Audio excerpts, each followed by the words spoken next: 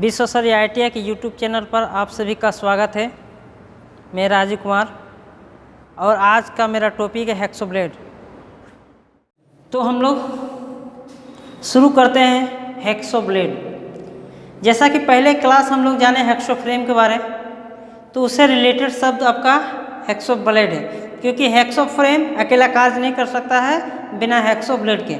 जैसे कि अब पहला क्लास हम लोग देखे थे कि हेक्सो फ्रेम के बारे में, देखिए यहाँ पर लगा हुआ है हेक्सो ब्लेड। तो आज इसी हेक्सो ब्लेड के बारे में हम लोग पढ़ेंगे। तो सबसे पहले हम इसका डिफिनेशन जानेंगे कि हेक्सो ब्लेड है क्या। हेक्सो ब्लेड हेक्सा फ्रेम का कटाई करने वाला भाग होता है, या एक पतली पत्ती होता है, जिसके दोनों सिरा गोलाई में कटा होता है और दोनों सिरा पर पिन होल बना रहता है। इसी पिन होल के माध्यम से हेक्सो फ्रेम में फिट किया जाता है। और ये जो हेक्सो ब्लेड आपको दिखाई दे रहा है, इसके एक साइड या फिर दोनों साइड दांत कटा रहता है। इसके एक साइड या फिर दोनों साइड दांत कटा रहता है, और ये दांत जो है एक ही ओर झुका रहता है। और हेक्सो ब्लेड को कभी भी हेक्सो फ्रेम में इसका दांत आगे की ओर होना चाहिए, ताकि जब कटाई जो करेगा हेक्सो फ्रेम फॉरवर्ड स्ट्रोक में करता है, यानी आगे की ओर काटता है और पीछे की ओर लाते समय नहीं काटता है। इसीलिए हेक्सो फ्रेम किस स्ट्रोक में कार्य करता है, ये फॉरवर्ड स्ट्रोक में कार्य करता है। ठीक है, तो आप फिगर के माध्यम से यहाँ पर देखिए कि हेक्सो ब्लेड का एक इमेज दिया है। तो इमेज में देखिए क्या लिखा है कि ये मेरा पिन होल हो गया। ये क्या बोले, हम भाई क्या बोले कि एक पतली पत्ती होता है जिसके दोनों सिरों पर गोलाई में कटे होते हैं। इसके दोनों सिरे गोलाई में कटा हुआ है, और यहाँ पर एक पिन होल बना हुआ है इस साइड, और इधर भी मेरा पिन होल बना हुआ है। और इसी पिन होल के माध्यम से हेक्सो फ्रेम में फिट किया जाता है। आप देखिएगा कि इसके पीछे साइड ये जो रहता है, यदि एक साइड दांत कटा रहेगा तो ये साइड में आपका बैक एज बना रहेगा। ये जो आपको दिख रहा है इसको कहा जाता है बैक एज। यदि दोनों साइड दांत कटा रहेगा तो ये बैक एज नहीं रहता है, दोनों साइड कटिंग एज रहता है। ठीक है, ये आपको दिखाई दे रहा होगा, इसको कहते हैं सेंट्रल लाइन। इसको क्या कहा जाता है, सेंट्रल लाइन। और सेंट्रल लाइन में ही पिन होल बना रहता है। ठीक है, आप नीचे की ओर तरफ आते हैं, ये सेंट्रल लाइन हो गया। नीचे की तरफ आते हैं तो ये देखिए कटिंग एज है। ये क्या है, कटिंग एज। यहाँ पर लिखा हुआ है कटिंग एज। ठीक है, इस प्रकार हम लोग कितना देखें, सेंट्रल लाइन देखें, बैक एज देखें, पिन होल देखें, और इधर कटिंग एज देखें। उसके बाद दूसरा पॉइंट इसमें आता है कि हेक्सा ब्लेड का साइज कहाँ से कहाँ तक लिया जाता है। तो अब देखिए पिन होल के सेंटर से दूसरे पिन होल के सेंटर की दूरी तक इसका साइज कहलाता है। इसका साइज क्या कहलाता है, एक पिन होल से दूसरे पिन होल के बीच की दूरी को हम लोग कहते हैं साइज ऑफ द ब्लेड। क्यों, आप देखिए क्या होता है कि हेक्सो ब्लेड में पिन होल के जो चारों ओर है ना, उसको नर्म रखा जाता है। इधर भी आपका जाके नर्म रखा जाता है, और बाद बाकी सारा भाग को हार्ड एंड टेम्पर कर दिया जाता है, ताकि वो कटिंग करने योग्य बन पाए। लेकिन यहाँ पर हार्ड और टेम्पर नहीं किया जाता, क्योंकि यहाँ पर हम लोग क्या कहते हैं, हेक्सो फ्रेम को यहाँ पर हम लोग फिट करते हैं। और क्या कहते हैं, हेक्सो फ्रेम में क्या होता है, हेक्सो फ्रेम में क्या होता है कि झटका जब लगाते हैं या काटते हैं तो झटका देता है। और यदि यहाँ पर हम क्या करेंगे, हार्ड और टेम्पर कर देंगे टोटल, तो वो झटका को सह नहीं पाएगा और हेक्सो ब्लेड बहुत आसानी से टूट जाएगा, हमारा कार्य नहीं हो पाएगा। जिस कारण से पिन होल को छोड़कर हेक्सो ब्लेड के सारा भाग को हार्ड एंड टेम्पर कर दिया जाता है। ठीक है, तो इसी में हम लोग क्या देखते हैं, पार्ट्स ऑफ हेक्सो ब्लेड। इसी में क्या है, parts of hexo blade. Parts of hexo blade देखें तो पहला मेरा क्या होगा, सेंट्रल लाइन। मान के चलिए ये मेरा है, तो सेंट्रल लाइन एक नंबर में आएगा, सेंट्रल लाइन। ठीक है, दूसरा नंबर में देखेंगे तो बैक एज, दूसरा नंबर में देखेंगे बैक एज। और तीसरा हम लोग देखेंगे तो हम लोग कहेंगे कटिंग एज, यानी पिन होल। और चौथा में हम लोग देखेंगे जाके आपका कटिंग एज। ठीक है, कटिंग एज। तो इस प्रकार हम लोग हेक्सो ब्लेड के पार्ट्स के बारे में जाने। सेंट्रल लाइन ये हो गया, बैक एज ये हो गया। ठीक है, पिन होल ये दोनों साइड है, और कटिंग एज मेरा नीचे साइड, इसी से हम लोग कोई चीज़ काटते हैं। तो ये हो गया फिगर के माध्यम से। ठीक है, ये हो गया पार्ट्स ऑफ हेक्सो ब्लेड। तो थोड़ा आप इससे हम लोग देख लेते हैं। देखिए आप, ये हेक्सो ब्लेड हो गया। तो हेक्सो ब्लेड का पहला पॉइंट हम लोग देते हैं कटिंग एज। देखिए ये इस साइड कटिंग एज है, ठीक है, ये कटिंग हो गया। कटिंग एज ये दोनों साइड भी हो सकता है, इधर भी हो सकता है, ठीक है, दोनों साइड कटिंग एज हो सकता है। और कटिंग जो इसका दांत बना रहता है वो एक ही ओर झुका रहता है, एक ही ओर, जिधर भी झुका रहा, इधर झुका है तो इधर झुका रहेगा। और देखिए ये दोनों साइड में आपको पिन होल दिखाई देता होगा, ये पिन होल दिखाई देता है, इसी पिन होल के माध्यम से हेक्सो फ्रेम में फिट किया जाता है। और यह देखिए एक गोलाई में कटा रहता है, इधर भी गोलाई में कटा रहता है, ठीक है। तो इस प्रकार क्या हो गया आपका ये हेक्सो ब्लेड हो गया। ये बहुत साइज में आता है, ये मोटा भी आता है, पतला भी आता है, और भी पतला आता है, जैसा उपयोग वैसा वैसा आपको हेक्सो ब्लेड आपको बाजार मार्केट में मिलेगा, ठीक है, जैसा आपका उपयोग है। हम लोग अब देखते हैं मेटल ऑफ हेक्सो ब्लेड। ये दो प्रकार का मेटल का हेक्सो ब्लेड बनाया जाता है। पहला होता है हाई कार्बन स्टील, पहला क्या होता है हाई कार्बन स्टील, और दूसरा होता है हाई स्पीड स्टील। ये दो ही मेटल का हेक्सो ब्लेड बनाया जाता है, ठीक है। तो हम पहले भी बता चुके हैं कि हेक्सो ब्लेड बनने के पश्चात उसको हार्ड एंड टेम्पर किया जाता है। क्यों? क्योंकि उसे कटिंग योग्य बनाने के लिए। यदि हार्ड एंड टेम्पर नहीं करेंगे तो उसका दांत किसी दूसरे मेटल को दूसरे या फिर दूसरे पदार्थ को काटने की क्षमता नहीं रहेगा, इसीलिए उसमें हार्ड एंड टेम्पर किया जाता है। तो दो ही प्रकार के मेटल से क्या किया जाता है हेक्सो ब्लेड बनाया जाता है। तो हम लोग अब देख रहे हैं स्पेसिफिकेशन ऑफ हेक्सो ब्लेड, ये एस से दर्शाया गया हेक्सो ब्लेड। दैट मीन्स क्या हुआ कि हेक्सो ब्लेड का विवरण, उसके बारे में जानेंगे हेक्सो ब्लेड में क्या क्या होता है, ठीक है। तो पहले होता है हेक्सो ब्लेड की मोटाई के बारे में जानेंगे। हेक्सो ब्लेड की मोटाई, तो देखिए ये मोटाई, ये तो मोटाई है, ये लंबा है, और ये आपको दिख रहा है ये चौड़ा है। तो कितना कितना साइज में लंबा चौड़ा मोटा अवेलेबल होता है, इसके बारे में हम लोग जानेंगे, ठीक है। तो पहला क्या है कि हेक्सो ब्लेड की मोटाई 0.6 से 0.8 mm कितना आता है। इसका मोटाई जो आता है, इसका मोटा है, ये मोटाई की बात कर रहे हैं कि 0.6 mm से लेकर 0.8 mm। यदि एवरेज में देखा जाए तो ये 0.8 mm का ज़्यादातर आपको बाजार में मिलेगा।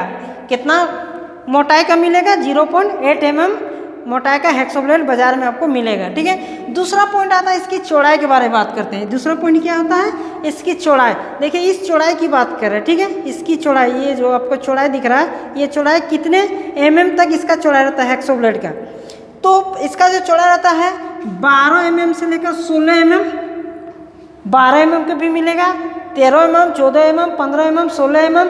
और ज़्यादातर जो यूज होता है हेक्सो ब्लेड की चौड़ाई वाला ये होता है 13 mm का होता है, ठीक है। ये एवरेज इसको बनाया गया है 13 mm चौड़ाई में हेक्सो ब्लेड ज़्यादातर उपयोग किया जाता है। अब इसकी लंबाई की बात करते हैं। ये पूरी टोटल लंबाई की बात करें, एक सेंटर होल से दूसरे सेंटर होल यानी पिन होल के बीच की दूरी को हम लोग लंबाई कहते हैं, ठीक है। तो ये जो इसकी लंबाई रहता है ये 300 mm या फिर आपको 250 mm, दोनों प्रकार दोनों साइज में आपको बाजार में मिलेगा। लेकिन ज़्यादातर उपयोग आपका जो किया जाता है वो 300 mm हेक्सो ब्लेड का उपयोग किया जाता है, ठीक है। नेक्स्ट हमारा क्या है पिच। पिच मतलब एक दांत से दूसरे दांत के बीच, ये मान के चलिए हेक्सो ब्लेड है, ये हेक्सो ब्लेड है, ठीक है। तो हेक्सो ब्लेड में ये दांत हुआ, फिर दूसरा दांत हुआ, फिर तीसरा दांत हुआ, है ना। इस प्रकार जितना भी दांत हुआ इस पर दांत हुआ। तो एक दांत, ये दांत, ये दांत, ये दांत और इस दांत के बीच की दूरी को क्या कहा जाता है? पिच कहा जाता है, ठीक है। एक दांत से दूसरे दांत के बीच की दूरी को पिच कहा जाता है। तो इसका जो पिच होता है, ये पिच का जो डिस्टेंस होता है वो 0.8 mm होता है। पिच का डिस्टेंस कितना होता है? 0.8 mm होता है। तो हेक्सो ब्लेड के पिच की दूरी कितना हो गया? कितना हो गया? 0.8 mm। अब क्या हो गया हेक्सो ब्लेड का प्रकार, माने कितने प्रकार का पाया जाता है? हेक्सो ब्लेड दो ही प्रकार का पाया जाता है, एक हार्ड हेक्सो ब्लेड, एक फ्लेक्सिबल हेक्सो ब्लेड, ठीक है। तो हार्ड और फ्लेक्सिबल हेक्सो ब्लेड दो प्रकार का आपका हेक्सो ब्लेड हो गया। तो इस प्रकार हम लोग जान लिए मोटाई, चौड़ाई, लंबाई, पिच और प्रकार, ये हेक्सो ब्लेड का स्पेसिफिकेशन हुआ, ठीक है। अब हम लोग पिच ऑफ हेक्सो ब्लेड, हम लोग हेक्सो ब्लेड के अभी पिच के बारे में जानेंगे, कितने प्रकार का पिच होता है। अभी हम लोग जानेंगे कि एक दांत से दूसरे दांत के बीच की दूरी को पिच कहा जाता है, जिसका दूरी था 0.8 mm। अब हम लोग जानेंगे कितने प्रकार का पिच होता है। तो पिच जो होता है वो 3 प्रकार के होता है। कितने प्रकार का होता है? 3 प्रकार का होता है। 3 प्रकार के पिच होता है। एक होता है मोटी पिच, एक होता मोटी पिच जिसका होता 1.5 mm से लेकर 2 mm तक होता है पिच, सबसे मोटी पिच की बात करते हैं। दूसरा जो होता है माध्यम पिच, क्या होता है? माध्यम पिच। माध्यम पिच जो होता है 1 mm से 1.5 mm तक होता है। और आपका तीसरा फाइन पिच बोलिए या फिर आपका पतली पिच बोलिए, ठीक है, इसको पतली पिच कहा जाता है, इसको फाइन पिच भी कहा जाता है। ये होता है 0.8 mm से 1 mm तक। ये 3 प्रकार का हेक्सो ब्लेड में पिच रहता है, ठीक है। ये कितने प्रकार का होता है? 3 प्रकार का, मोटी पिच, मध्यम पिच और पतली पिच। तो मोटी पिच होता है 1.5 mm से 2 mm तक, ठीक है। उसके बाद मध्यम पिच होता है 1 mm से लेकर 1.5 mm तक, और पतली पिच होता है 0.8 mm से लेकर 1 mm तक। इस प्रकार हेक्सो ब्लेड में 3 प्रकार का पिच होता है। हम लोग टाइप्स ऑफ पिच के बारे में जाने, 3 प्रकार का, मोटी पिच, मध्यम पिच, पतली पिच जिसको फाइन पिच कहते हैं। उसी प्रकार कई प्रकार के पिच का हेक्सो ब्लेड बनाया जाता है। तो कई प्रकार का पिच का हेक्सो ब्लेड बनाया जाता है, तो उस पिच वाले हेक्सो ब्लेड का किस किस मेटल को काटने में उपयोग किया जाता है। मोटी पिच वाला किस मेटल को काट सकता है, मध्यम पिच वाला किस मेटल को काट सकता है, पतली पिच वाला किस मेटल को काट सकता है। तो उपयोग के अनुसार पिच को बनाया जाता है। तो हम लोग आइए जानते हैं कौन कौन मेटल को कौन कौन पिच काट सकता है। पहला पॉइंट हम लोग आते हैं 1.8 mm, ये मोटी पिच के अंतर्गत आता है। 1.8 mm मोटी पिच के अंतर्गत आता है। तो ये क्या मुलायम पदार्थ को काटता है, मुलायम धातु को काटने के लिए हम 1.8 mm पिच का प्रयोग किया जाता है, जो मोटी पिच के अंतर्गत आता है। 1.8 से लेकर 2 mm हम लोग देखे थे। तो उसमें क्या था, कांसा का जो कुछ चीज़ बना है तो उसको काट सकते हैं, पीतल का कोई चीज़ बना है तो काट सकते हैं, इस्पात का कोई चीज़ बना है तो हम लोग 1.8 mm पिच से काट सकते हैं, या फिर ढलवा लोहा का कोई चीज़ बना है तो उसको काटने के लिए हम लोग 1.8 mm पिच का प्रयोग करेंगे, ठीक है। क्योंकि आप लोग देखेंगे लकड़ी को काटने के लिए जब आरा बंद देखे होंगे तो उसमें बहुत बड़ा बड़ा पिच होता है। तो वो बड़ा बड़ा पिच यानी वो मोटी पिच के अंतर्गत आता है। तो वो लकड़ी क्या होता है, नरम धातु है, नरम पदार्थ है, तो क्या है, तो उसको काटने के लिए हम लोग किसका, मोटी पिच का प्रयोग करते हैं। उसी प्रकार जितने भी नरम चीज़ है वो सारा चीज़ को काटने के लिए हम मोटी पिच का प्रयोग करेंगे। जैसे 1.8 mm पिच का ये सारा चीज़ हुआ। दूसरा हम लोग आते हैं 1.4 mm, यानी ये मध्यम पिच के अंतर्गत आता है। किस में आता है? मध्यम पिच के अंतर्गत आता है। ये मध्यम पिच के अंतर्गत आता है। तो उपयोग करते हैं tool steel, high carbon steel या हाई स्पीड से बने पदार्थ, ये मेटल, ये वस्तु को काटने में उपयोग हम लोग करते हैं। जैसे हम लोग पिच के बारे में पढ़े कि पिच 3 प्रकार का है, मोटी पिच, मध्यम पिच और पतली पिच जिसको फाइन पिच कहा जाता है।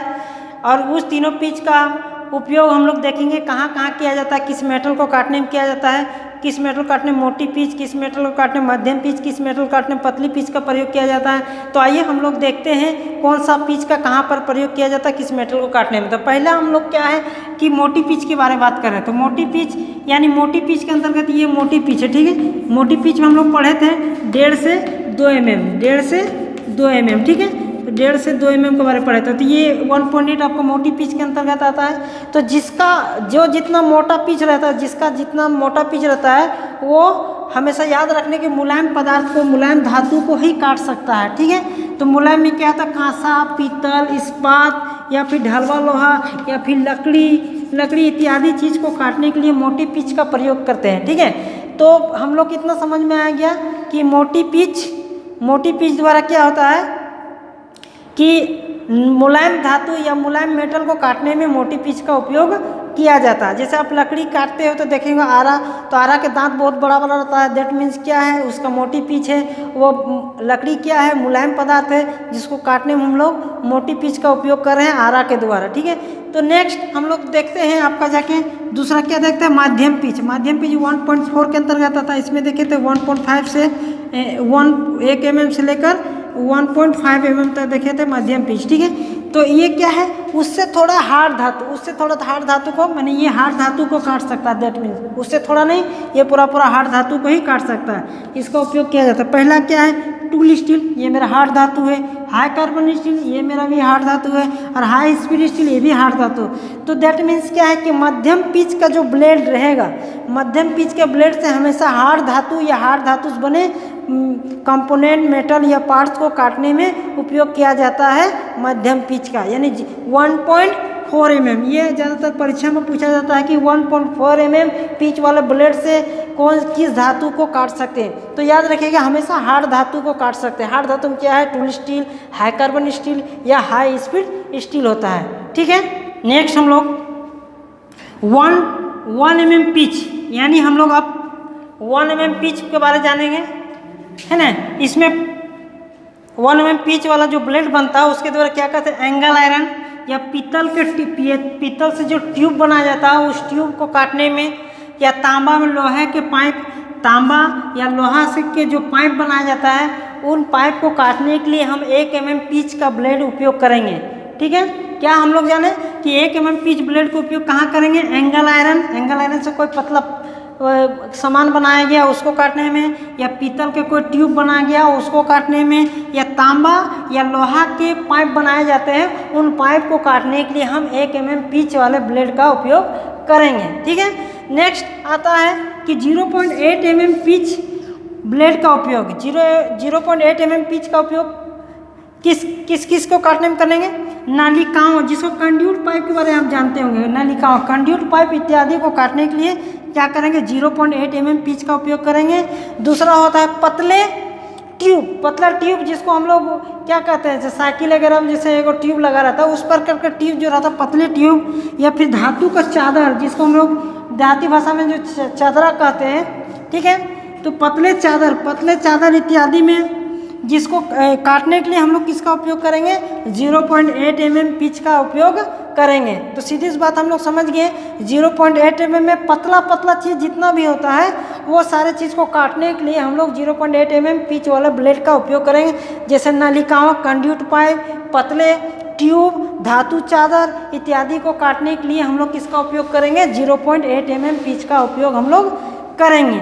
ठीक है, इस प्रकार हम लोग आज हेक्सो ब्लेड के बारे जाने। ठीक है, हेक्सो ब्लेड का सारा टॉपिक जितना था सब हम लोग पढ़ लिए। Hexo frame with hexo blade के साथ हम लोग सारा टॉपिक का ज्ञान हो गया। तो ये वीडियो आप लोग को पसंद आए तो लाइक, शेयर, सब्सक्राइब करना ना भूलें, क्योंकि जब भी वीडियो अपलोड होगा तो आप लोग को नोटिफिकेशन हमेशा मिलता रहेगा। ठीक है, धन्यवाद।